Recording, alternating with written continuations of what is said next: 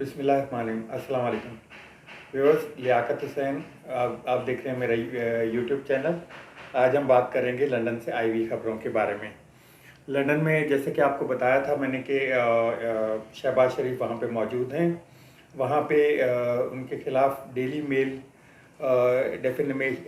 Defamation का जो case था उसका कुछ हवाल बताते हैं आपको।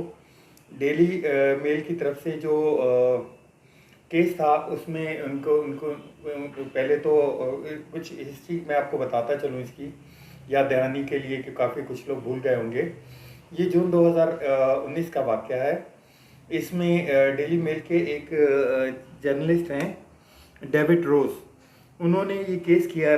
उन्होंने एक अपनी आर्टिकल लिखा था डेली मेल के ऊपर, जिसमें उन्होंने इल्ज़ाम आयद किया था शहबाज शरीफ के ऊपर के जो ज़लज़ला ज़रख़ान के ऊपर यूके गवर्नमेंट ने 15 लाख पाउंड इमदाद दी थी, उसमें से 10 लाख पाउंड ये हड़प कर गए थे।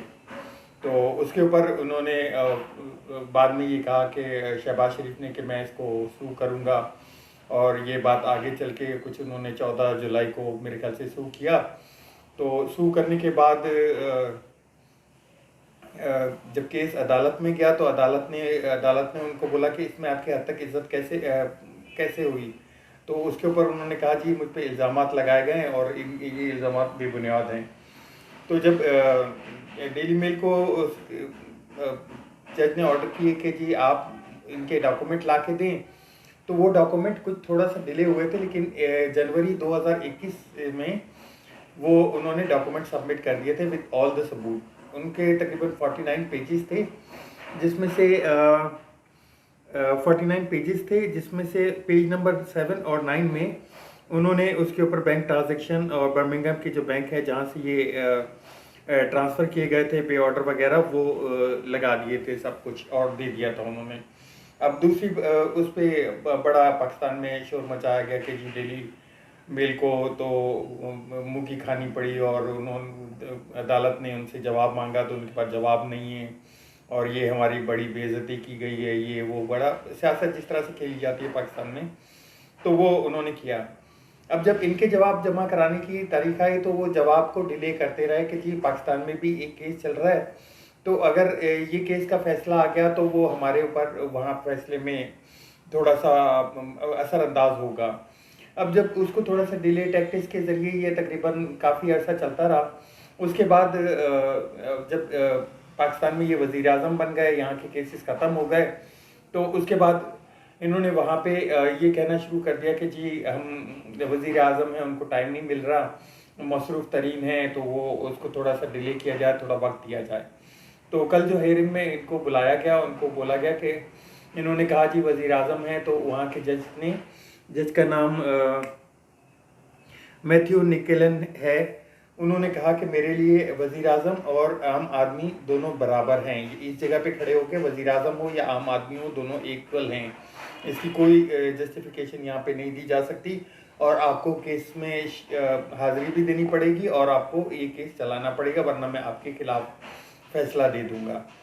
अब उन्होंने इन्होंने बड़ी वो रिक्वेस्ट करके डेट आगे करने के लिए रिक्वेस्ट की, जो कि उन्होंने नामंजूर की, और उन्होंने इसको भी जो हाज़िरी से इस्तिस्ना था वो भी उन्होंने रद्द कर दिया।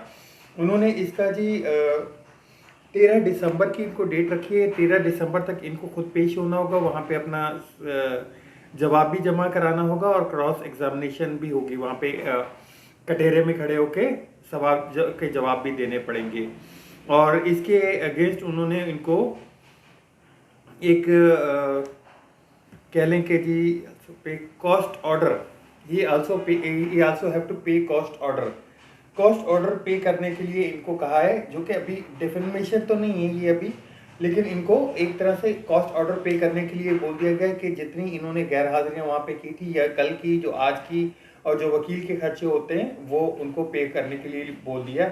वो एक अभी तो ये एक अमाउंट है, अभी डेफेमेशन की जो अमाउंट है वो तो 13 दिसंबर को अगर ये पेश नहीं होते या आगे चल के इनको पे करना पड़ेगा। ये तो एक कॉस्ट ऑर्डर जो जो कि पे करने के लिए इनको कहा है, तकरीबन 50-60 हज़ार पाउंड वो उनको पे करने। नाज़रीन, आपको याद होगा कि एक इसी तरह का कावी मुसाई का मसावी का एक केस था, जिन्होंने क्लेम किया था हसन नवाज के खिलाफ कि जी अपना एवन फील्ड बेच के मुझे मेरा हर्जाना पे किया जाए।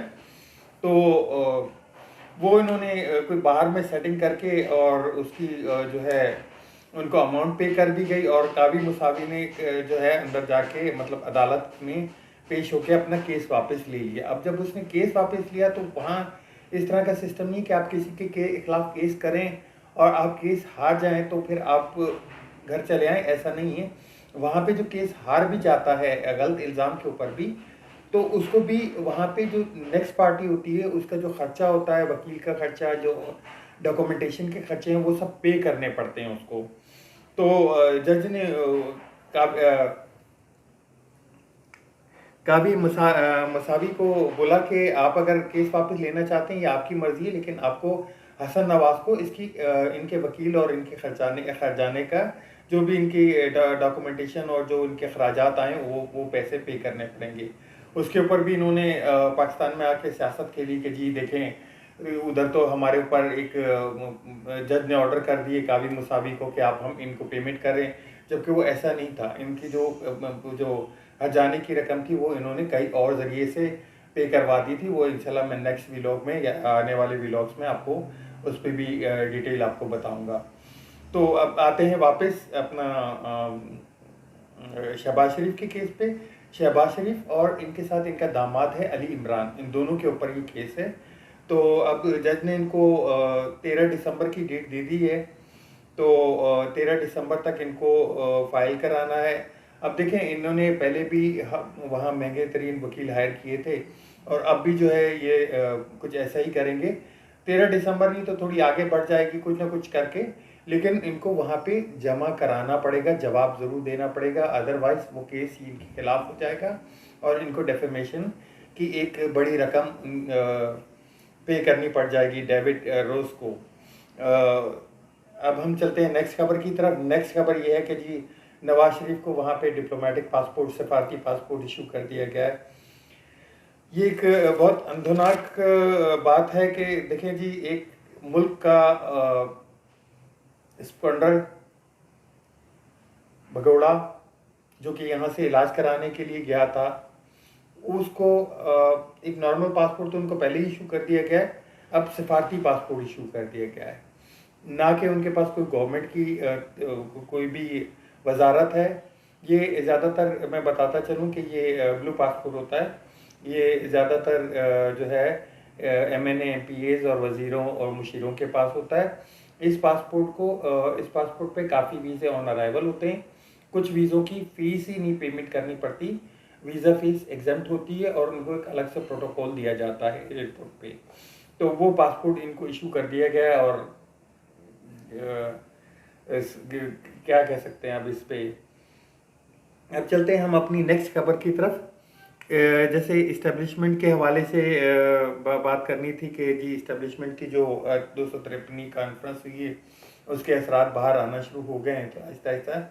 और जैसे कि आपको मालूम है कि जनरल बाजवा साहब ने अपनी 2 हफ्ते के बाद रिटायरमेंट का भी ऐलान कर दिया है और वो अब अलविदाई मुलाकातें कर रहे हैं।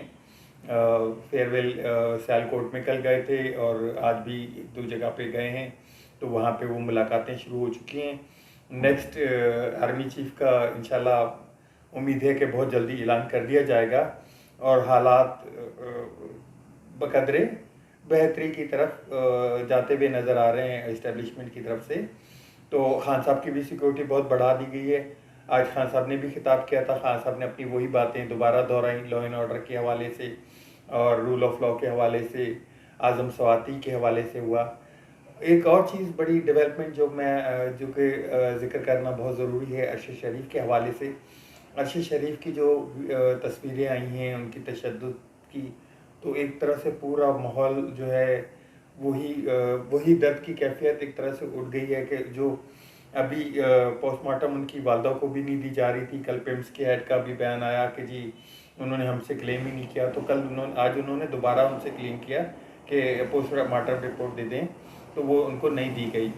आपको मालूम होगा कि अरशद शरीफ शहीद की वालदा ने हाई कोर्ट से रुजू किया है इस मामले पे, और वो रिपोर्ट जो पोस्टमार्टम रिपोर्ट है उनको तो नहीं मिल रही, लेकिन सोशल मीडिया पे वायरल हुई हुई है, सबके पास मौजूद है, और जो ख़ानदान है उनको नहीं दी गई। और जो तशद्दुदशुदा तस्वीरें हैं वो एक निजी टेबल पे चलाई गई हैं, वो बहुत ही तकलीफ दे, क्योंकि समझे कि दोबारा से उस घर में एक मातम सी की कैफियत हो गई है। और अब तो अरशद शरीफ का कत्ल जो है वो आहिस्ता आहिस्ता खुलता जा रहा है कि कैसे ये एक अनआइडेंटिफाई, जिस तरह कह रहे थे कीनिया पुलिस के हवाले से कि जी अनआइडेंटिफाई की वजह से गोली चल गई उनके ऊपर, तो ऐसा केस नहीं है। उनको जो उनकी शहादत है उनसे 3 घंटे पहले बदतरीन उनके साथ टॉर्चर किया गया, उनकी हाथ की उंगलियां और 3 नाखून भी निकले हुए थे। तो उसके दोबारा से इमरान खान साहब ने उसके ऊपर चीफ जस्टिस से रिक्वेस्ट की कि इसके ऊपर नोटिस लें और इसके ऊपर कार्रवाई ज़रूरी होनी चाहिए। और मज़ीद ये कि आगे आने वाले व्लॉग में हम मज़ीद बात करेंगे, कुछ वर्किंग है जो अभी थोड़ी सी अधूरी हैं, तो इंशाल्लाह नेक्स्ट व्लॉग में बात करेंगे। मिलते हैं कल। मेरी अगर वीडियो आपको अच्छी लगी हो तो ज़रूर अपने दोस्तों को, अपने रिलेटिव्स को शेयर कीजिएगा, सब्सक्राइब ज़रूर कीजिएगा, और बेल आइकन बेल का बटन ज़रूर दबा दीजिएगा, और कमेंट ज़रूर कीजिएगा। इंशाल्लाह मिलते हैं। अल्लाह हाफिज़। पाकिस्तान जिंदाबाद।